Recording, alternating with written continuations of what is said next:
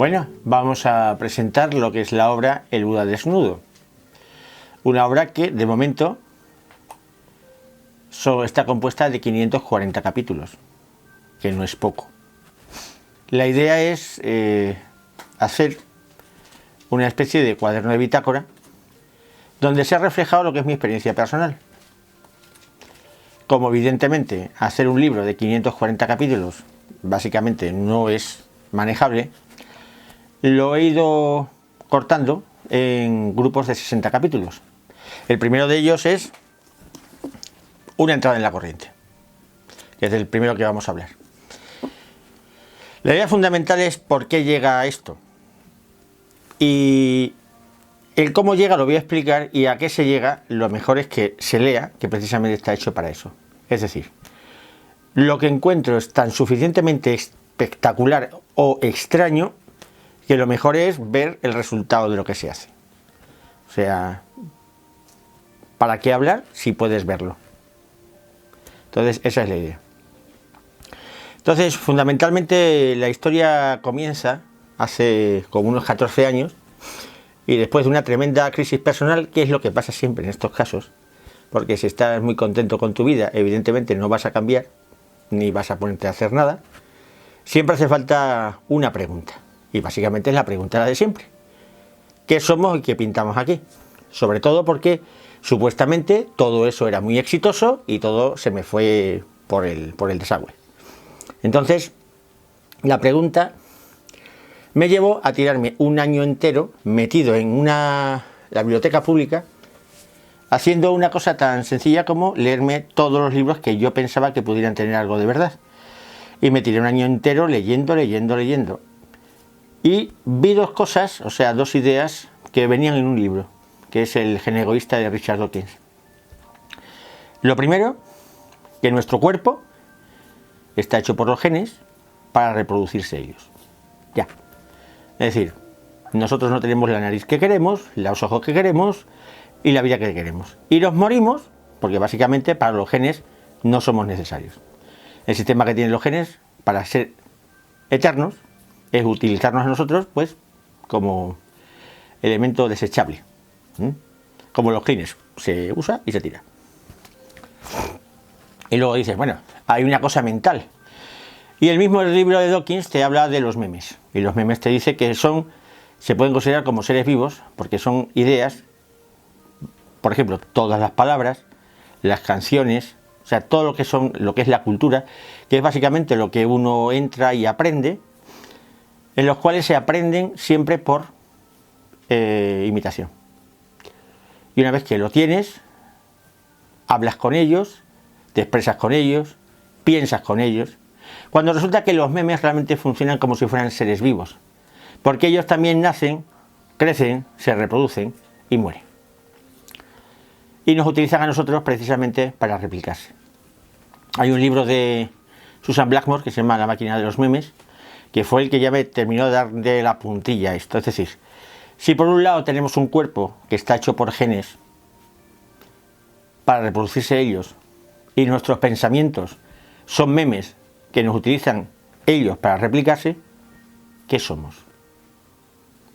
Bueno, ya tenemos el planteamiento. ¿Qué somos si nuestro cuerpo lo hacen unos parásitos y nuestra mente también lo hacen otros parásitos? ¿Somos simples huéspedes? El tema del cuerpo es una cosa que me interesaba menos, pero sobre todo el tema de la mente. Tú te pones, te sientas y empiezas a pensar pensamientos que están pensados por otra gente. Son de alguien, no sabemos quién son. Y esos mismos pensamientos se unen con los tuyos y parece que se aparean. De hecho, lo que es el arte y la creatividad no es más que coger normalmente 2 o 3 pensamientos, hacer que se apareen y tienen un hijo. Y eso es algo genial. Básicamente es eso. Es decir, todo lo que es la cultura no es más que un conjunto más o menos reducido de piezas culturales, que son los memes, que se van juntando y van creciendo dentro de ellos mismos. O sea, parásitos. Parásitos. ¿Y qué son los libros? El lugar donde esos parásitos se conservan durante más tiempo. Todas las palabras son memes. y todas las construcciones que haces con las palabras son también memes. Una musiquilla es un meme. Un estilo musical es un meme. La cultura, en suma, es un conjunto de memes. Y dentro de los memes, pues hay memes que se agrupan, como por ejemplo el meme de la religión, que es todas las ideas que tienen que ver con la religión, o todas las ideas que tienen que ver con los deportes, o todas las ideas que tienen que ver con la política. Y luego, sobre todos esos conjuntos, se llaman memeplex, memes complejos. Está el memeplex más poderoso, que es el yo, que básicamente lo que hace es seleccionar de todos los memes que tienes en la cabeza, aquellos que correspondan con el yo, me o mío. No es lo mismo la casa que mi casa, una idea política que mi idea política, no es lo mismo un coche que mi coche. Y entonces todo yo, me, mío, lo que hace es agrupar y se engrandece si tiene más cosas. Cuantas más cosas tienes, más grande es ese memeplex yo, que algunos le llaman ego. Básicamente es eso. Pero el ego no es más, repito, que un parásito que te posee. Y además, te posee poseído porque es el que más poder tiene de todos los memes. Y fundamentalmente trabajas para él. Entonces, viendo ese problema, está claro que habría que darle una solución. Bueno, yo durante mi vida me ha gustado hacer cosas imposibles, porque desde muy pequeño es lo que me ha llamado la atención. A otros les gusta el deporte, a otros les gusta el fútbol, a otros les gusta el cine. A mí lo que me gustan son los imposibles. Me ha gustado siempre, y el reto de hacer cosas imposibles siempre me ha gustado. ¿Qué hay? Pues eso me ha llevado a estudiar muchísimo, más que estudiar muchísimo, es abrir una carrera, destriparla, ver lo que me interesara y echar el resto, que es como si fuera la fruta. Aunque la universidad para lo que sirve es que tiene entre hueso y pellejo, tiene más que carne. Y llega un momento que dices, ¿yo para qué? El asunto es que cuando llevas ya muchísimo estudiado o te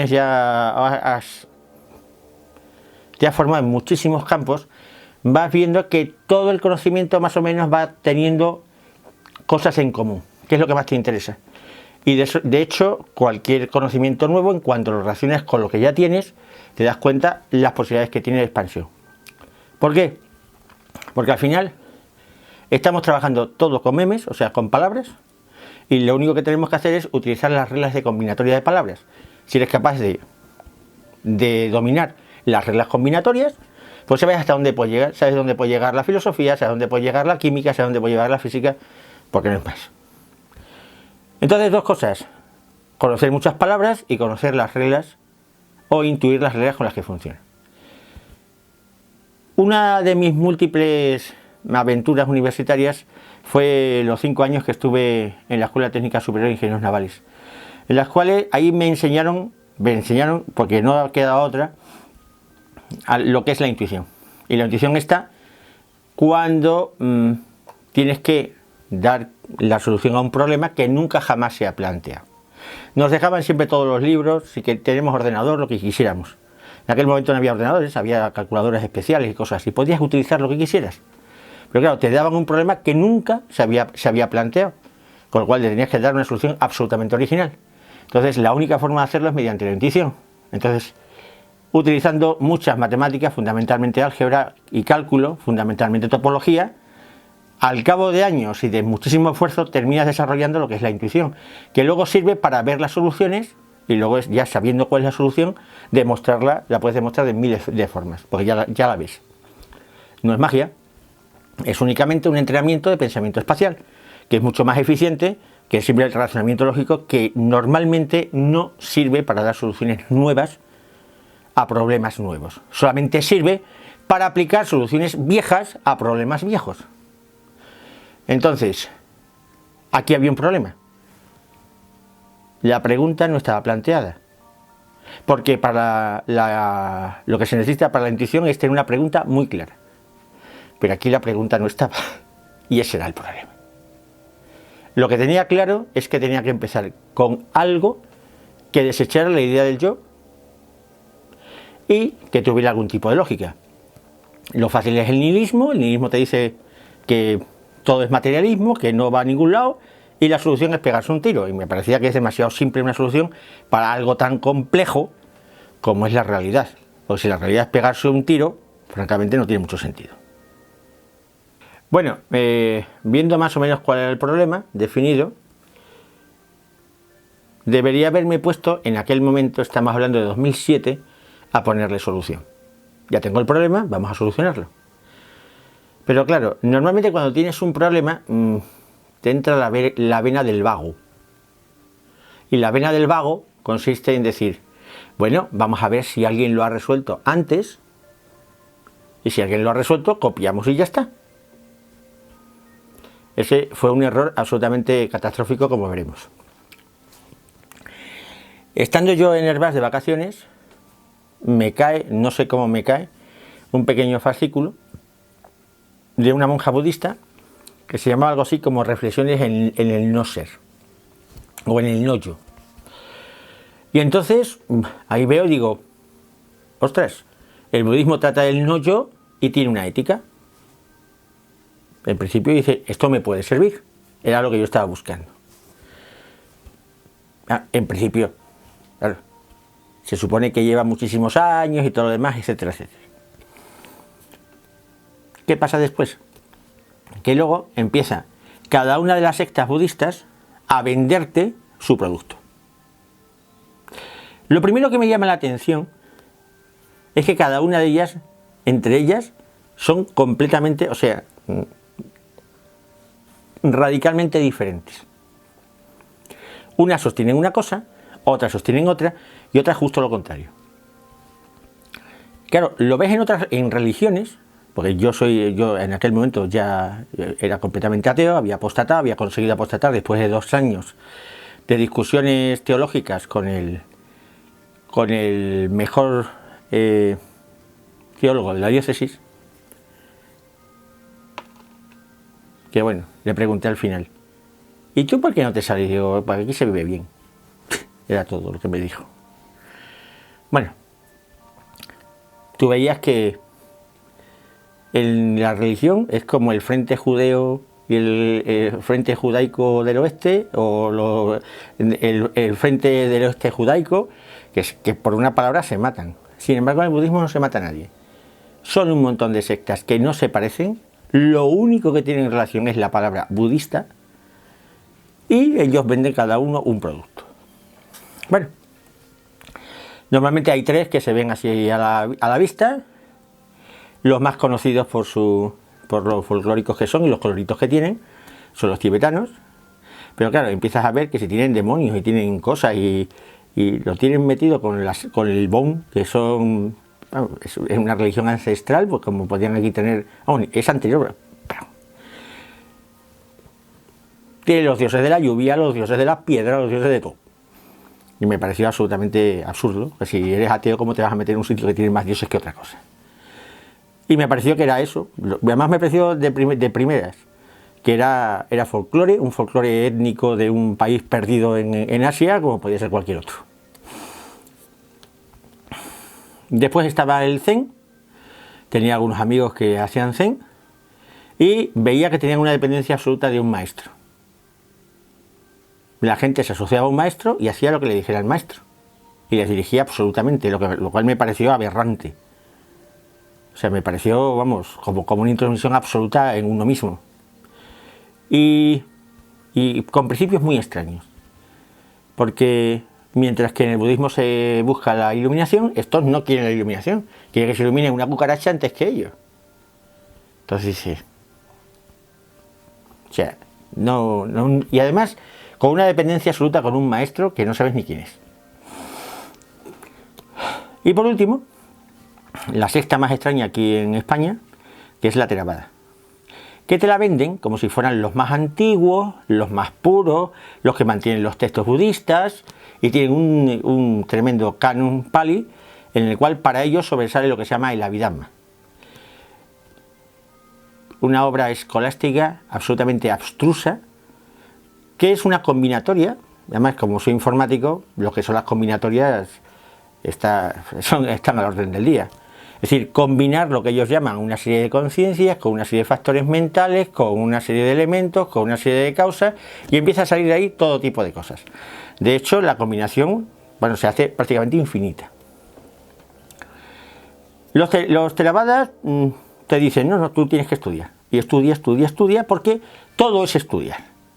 Y como el Abhidhamma no se puede terminar de estudiar nunca, primero porque es incomprensible, simplemente es incomprensible, no porque sea complejo, sino porque es absurdo. Entonces, si estás tratando que es absurdo, me dicen, no, tienes que seguir estudiando porque no lo has entendido, pues te pones a estudiar, y a estudiar, y a estudiar, y a estudiar, y a estudiar, y a estudiar. Y llega un momento en que dices, pero, bueno, no se acaba nunca, es que simplemente la vida no se acaba nunca. Ahí te tienen enganchado. Luego, con el tiempo, como veremos en los libros, veremos que los Theravadas son la secta más moderna que hay. Son unos fanáticos religiosos que aparecieron pues, en el siglo XII o XIII y que simplemente acabaron con el resto de las sectas budistas de la época donde ellos estaban. Y ellos se toman pues como si fueran lo más puro y prístino porque por decreto.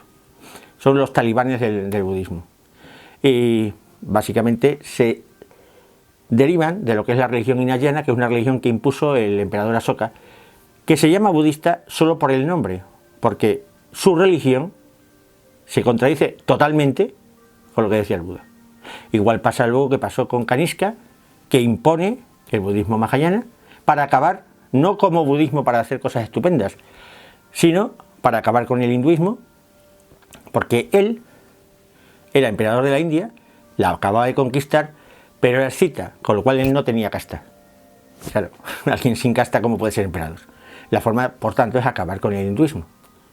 Y para eso utilizó el budismo. Y luego el tibetano, bueno, fue un tema más económico que otra cosa, para conseguir que todos los budistas, no los budistas, todo el pueblo tibetano, una vez conquistado el imperio por el emperador, el primer emperador del Tíbet, fueran esclavos. Entonces había concepto del budismo que le venía muy bien para implantar un sistema feudal terrible, que de hecho seguramente haya sido históricamente el mayor genocidio de la historia. Pero bueno, eso lo supe mucho después, como veremos en los libros, lo fui descubriendo. Pero en aquel momento, desde un punto de vista serio, en principio entiendes que crees que algo puede ser así porque te lo dicen, y entonces dices, vamos con el Theravada a ver qué pasa. Esto fue el 2007 y la tontería del Theravada me duró hasta el 2015.